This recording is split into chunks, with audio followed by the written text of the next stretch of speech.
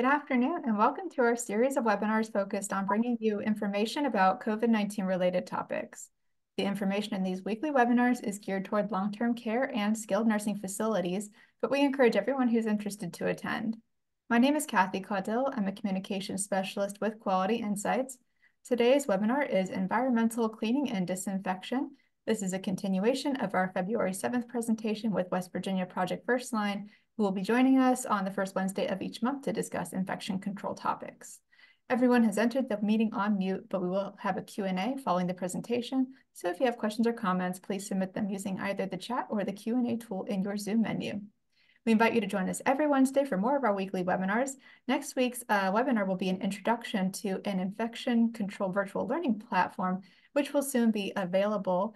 Natasha Dickinson of Vivint Health will be joining us to give a presentation and demonstration of their interactive learning platform that will be free to Quality Insights partners and beneficiaries. So if you're interested in joining, that webinar will be the same time and place next Wednesday at 2 p.m.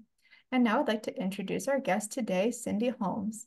Cindy is a registered nurse with over 40 years of experience. Her experience includes direct patient care in various settings in acute care hospitals and director of surgical services. Cindy has also worked as a consultant preparing hospitals for regulatory surveys. Her last position in the acute care setting was as director of quality management and infection prevention in a long-term acute care hospital.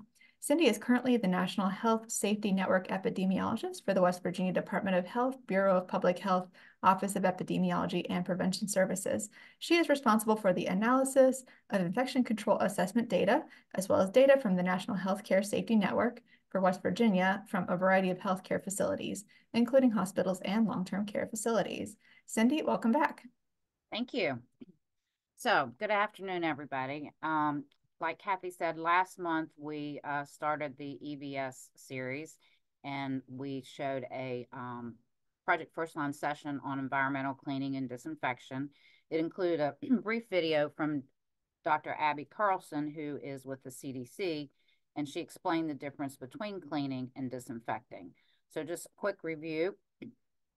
Cleaning removes visible dirt, dust, spills, smears, and grime, including organic material like blood, as well as some germs from surfaces. Disinfection is a process that kills the germs. So it's important to clean before disinfecting because dirt and grime can make disinfectants not work well, and we need the disinfectants to work to kill the germs on surfaces or objects. We also reviewed why cleaning and disinfecting matters. So with this series, there's 2 additional videos from Dr. Carlson. Each of them are about 6 minutes. The one I'm going to show you today is entitled, Why Does Contact Matter? Why does contact time matter? And again, it's from Dr. Carlson at the CDC, and it's only about 6 minutes. Okay, Kathy, you can play it. Thank you.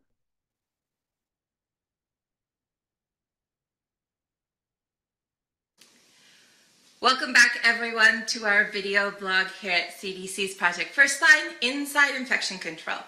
I'm Abby Carlson. I'm an infectious diseases doctor at the CDC, and it's great to have you back with us today. We have talked in earlier episodes about cleaning and disinfection, what each of those do and why they're so important in healthcare. You'll remember that cleaning removes dirt and gunk and some germs that are on surfaces. And disinfection comes after cleaning and kills those germs. Today we're going to focus on disinfection and specifically about something called contact time, what it is and why it's so important. Contact time, and you're also going to hear this called dwell time or wet time. It's the amount of time that a disinfectant needs to sit on a surface before being wiped away or otherwise disturbed in order for it to do its job. And its job, as we know, is to kill the germs.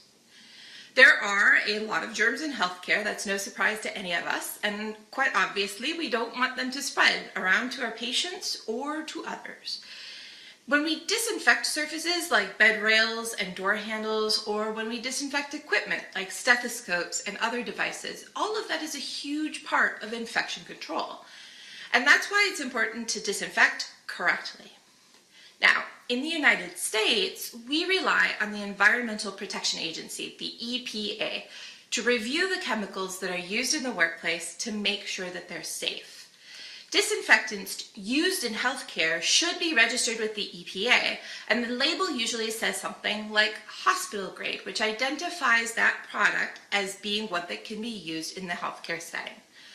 We've put a link below to one of the EPA's specific lists, List N for November, which is the list of disinfectants that are effective against SARS-CoV-2, our virus that causes COVID-19.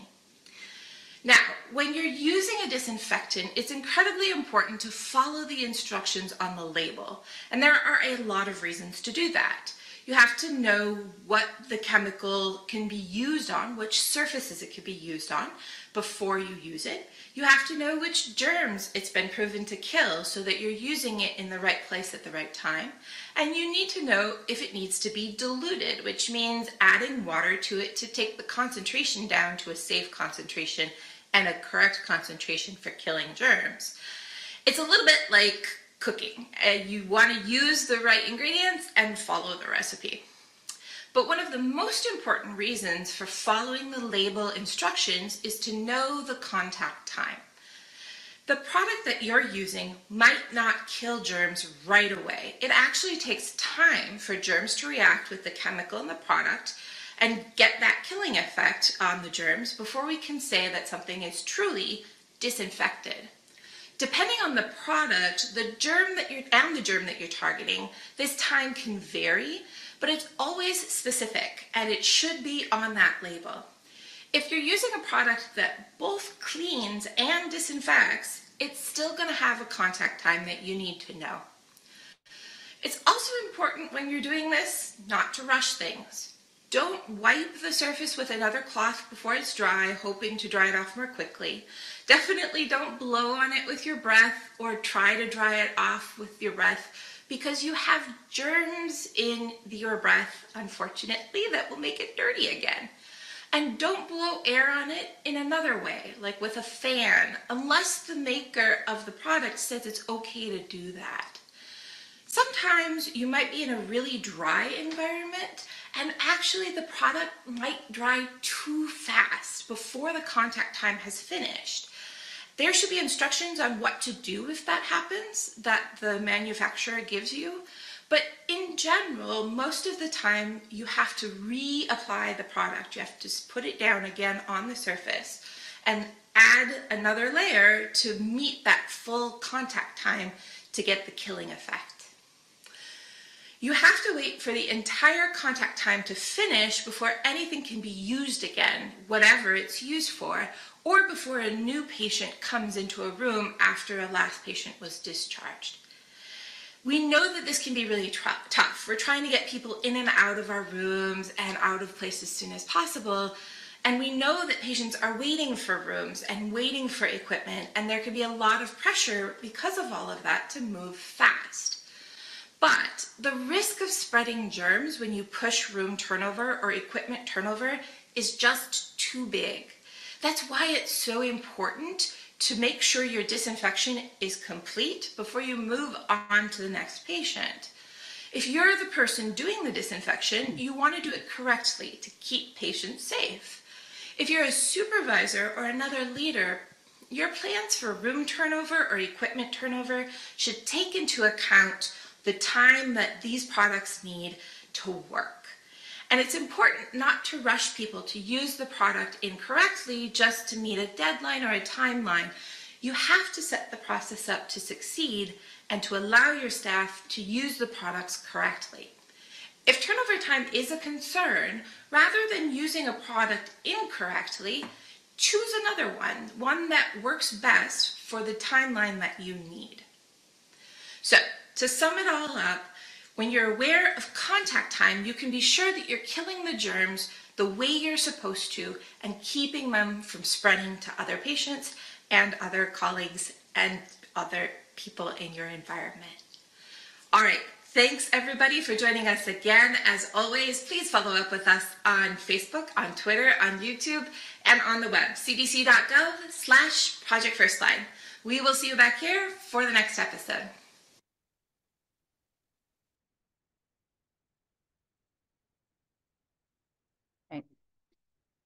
The next thing that I would like to share with you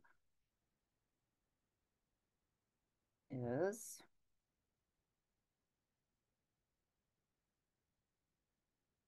how to read a disinfectant label.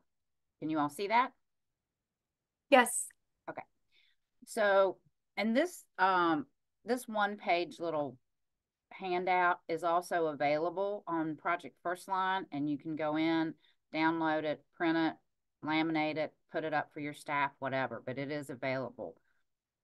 So this just goes through everything that's on the label. We're going to start up here at the top, active ingredients. That's kind of self-explanatory. What are the main chemicals? There will be an EPA registration number that you can look up if you need to. Then the directions are going to tell you where it should be used. For example, this says for disinfection of healthcare organisms. It actually gives you the actual organisms that it kills. What kind of surfaces can be disinfected? This example is hard, non-porous surfaces. It must be pre-washed. Pre-wash the surface and mop or wipe with the solution. And it must stay on the surface for at least 10 minutes. So there's your contact time, 10 minutes. Then rinse well and air dry. And then let's see, back up here to the top, it's going to give your precautionary warnings. How dangerous is it? This particular example says it's hazardous to humans and domestic animals. Wear gloves and eye protection. What it may cause, eye irritation, etc. Then it gives you some first aid instructions, poison control, storage and disposal. It tells you that it should be stored in a cool, dry area away from direct sunlight and heat. Keep it cap on it and the lid closed, and do not reuse or refill this container. Now, if it needed diluted, that would be on this label also. So this can be very helpful, especially to your EVS staff, especially to new EVS staff, on how to read your labels. Any questions on that? Like I said, you can download this from Project Firstline and print them off for your staff.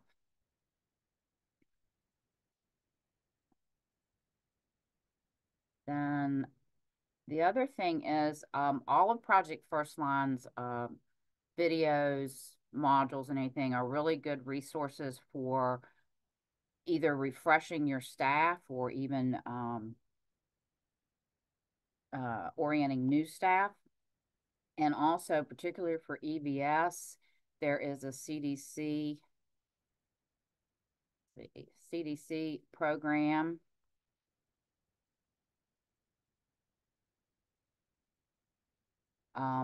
There's actually two parts to it. Can you all see that? Yes, we can. Thank you. Okay. So there's actually two parts to this. This one is really good. I'm not going to run through the whole thing because I don't think we have time, but it's basic, but yet what I like about it is it stresses the importance of your EVS staff and what they do. So let me just go through a few screens here. And it's self-paced. You know, you can do one scene. Oh, hi. Welcome to Memorial Hospital. I'm Sophia, a Senior Environmental Services or EVS worker, and this is where I work. Would you like a tour of the hospital, or would you like to learn more about what EVS workers do?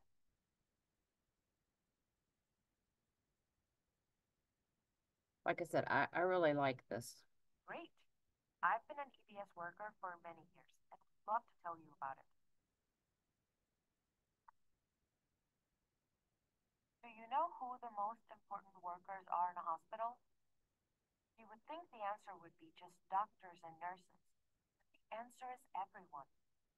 All healthcare workers, including EVS workers, work together to help create a safe environment that promotes patient healing and recovery.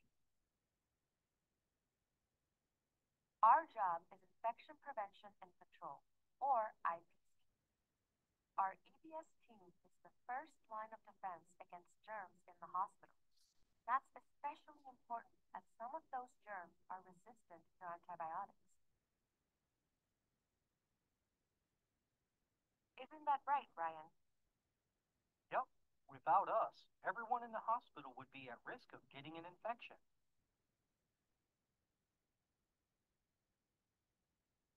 Poor environmental cleaning and disinfection practices can lead to germ spreading and causing healthcare-associated infections, or HAIs. Take a look at this patient room. Can you see what needs to be cleaned?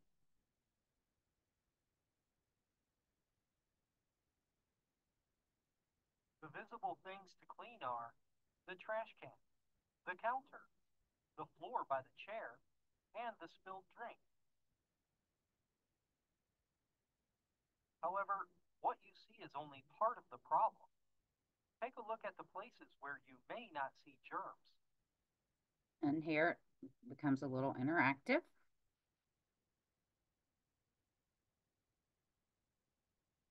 By only cleaning what you see, a contaminated surface might be overlooked, leaving a high risk of germs being transferred to someone else.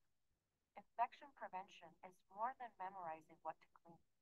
I think about why I need to clean and scan the surrounding environment for infection risk. This helps me recognize potential problems and intervene to protect patients and my coworkers. There are times when our job is a challenge, but what we do makes a difference for everyone. That's why we enjoy our job. Sophia, the patient in room 507 has been discharged and a new patient is on the way. Can you have the room ready as soon as possible, please?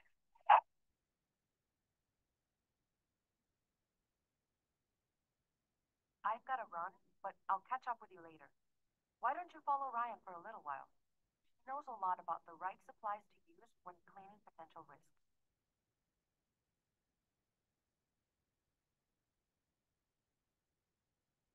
Okay, I just wanted to give you a little little brief viewing of that. Like I said, that has 3 scenes. It talks about well, what that scene talks about. Then I think it's scene 3 talks about how they actually, clean a room, top to bottom, clean to dirty. I think it's a really well put together training, like I said, especially for new EBS staff. And refresher for everyone. So that is about all I have for today, unless there's some questions. I hope you all found this information helpful, and I encourage you to check out all the resources on Project Firstline and CDC. And Liz, my partner here at West Virginia Project Firstline, we're committed to help provide infection control education for all frontline healthcare workers, so that they can protect their patients, their coworkers, and themselves from infectious disease threats in healthcare. So the training options that we offer, we can do a train the trainer, so that then you can train your staff at your own leisure on your own time frame. We can do in-person Project Firstline sessions, and we could also do virtual Project Firstline sessions. So, like I said, if there's any questions, but please feel free to contact myself or Liz with any questions, or if we can be of any assistance. I'm sure Kathy will drop our email in the chat. Yes, I will. And so, Cindy, is that all you were sharing for today? Are you ready to move on to a Q&A? No, that's all. Okay, great. So in a moment, we'll begin the Q&A portion of this webinar. If anyone has a question or comment, please submit it using either the chat or the Q&A tool in your Zoom menu. You can also raise your hand to request to be unmuted to ask your question out loud. I'd again like to invite everyone to next week's webinar, which will be a discussion and demonstration of an infection control virtual learning platform that will soon be available to our partners and beneficiaries for free. If you are interested in joining, that webinar will be next Wednesday at 2 p.m. And let me turn my video back on. I just realized that that was turned off. We also invite you to bring your questions to our virtual live chats every Tuesday and Thursday at noon. One of our quality improvement specialists will be there to answer questions on topics such as quality improvement initiatives, infection control, or MDS coding. You can find the links to the live chats and our webinars in the newsletter we send out every Friday called the Last Minute Lowdown. So if you have any questions, so if you would like to receive that newsletter but don't think you're on the mailing list, you can email me at ccaudil@qualityinsights.org and I will get you on that list. And I have my email and Cindy's right here, and I will drop that in the chat. We did have one commenter say that they had a hard time hearing that video, Cindy, but for anyone who wanted to go watch it again, the link is in the chat for that Project Firstline virtual training. Is that what you would call it? The last one was CDC's EVS training. That's right, CDC's EVS training. So the link for that is in the chat. And Cindy, I think you gave me some other links too that I would also put in if you would like me to. Yeah, the other one I included was Project Firstline's homepage and also the EPA registered disinfectants. That's always a handy link to have when you're looking up a disinfectant. All right, so all of that is in the chat. And I'll be emailing the recording for this webinar later this week, and I'll have all those links in that email too for anyone who wants to track those down. If I didn't mention it before, if you would like to raise your hand to ask your question out loud, you can also do that if you don't want to put it in the chat or use the Q&A. But it looks like we're not getting any questions, so I think we can just about wrap up. Cindy, was there anything you wanted to add before we get ready to close? No, I don't think so. Again, anything that myself or Liz can help you all with, we'd be more than happy to. I think that during COVID, I mean, we always knew that our EVS people were very, very important. I think it really came to the forefront during COVID that you know, these are very important workers in our facilities, and we need to give them all the resources and education that they need to do their job correctly to protect our patients and themselves and their families. Thank you, Cindy. Sorry, I was having a hard time getting my unmute button. In that case, since there's no other questions, I think I can go ahead and wrap us up. Before we sign off, we'd like to ask everyone here to please answer a short evaluation of today's webinar. It is anonymous and will show as a pop-up as soon as the webinar ends. So if you have a couple minutes to fill that out, we would appreciate it. Cindy, I'd like to thank you for joining us again this week. And I'd like to thank all of you for joining us, and we hope to see you back here again soon.